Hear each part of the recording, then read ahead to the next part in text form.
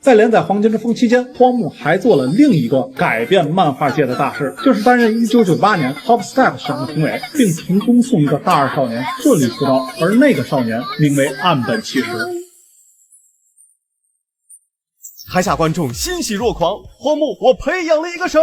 不对，我本身就是神。这里还有个冷知识，带土是个赵厨，在漫画第603话，他的房间最上方有2张海报，分别对应昭昭第8部的康穗和死蛋，以及富士山下的墙和狗。不过只有我注意到了带土的雷霆老爹吗？这里还有一个热知识，带土其实是有替身的，好像叫什么轰炸空间。東方丈介、お前はこの20村を奥安のザ・ハンドが消す。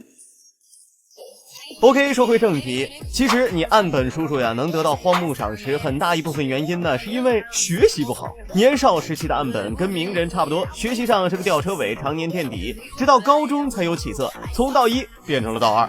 不过岸本小时候受到鸟山明的影响，立志成为一名漫画家，特别是高中时期，他又受到了大友克洋、阿基拉的影响，开始在绘画上打磨人物动态和分镜的表达能力。时间来到1993年，岸本考入九州产业大学，大1时期他就以 Hop Step 奖为目标，开始疯狂绘画，忙活了一整年，整出了一部武士漫画，但却被和月深红截胡。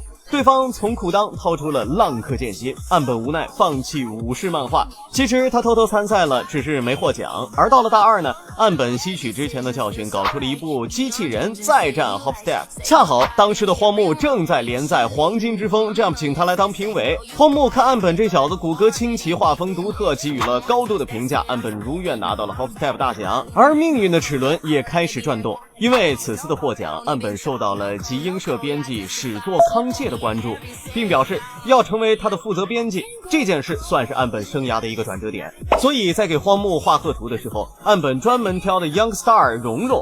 不过在得奖后，岸本一直没什么思路，索性就回了老家编故事去了。1997年，岸本在吃完 Jump 上发布《火影》的前作，主角是化为人形的九尾妖狐，但不被编辑部看好。随后他又构思了一下，吸取经验教训，2年后《火影忍者》正式连载，主角为木叶忍者漩涡鸣人。而在这部作品中，其实有很多岸本身上的影子，比如鸣人的吊车尾设定对应年少时成绩糟糕的他，佑和佐助的兄弟情则是岸本和他亲弟弟的感情，两人从小一起画画，风格很相似。奈克弟弟没能达到哥哥这般高度，其实也很好理解，毕竟日本最不缺的就是漫画家。我一直梦想要做一位漫画家，是我恨我为什么出生在日本，竞争太激烈了，太激烈了呀！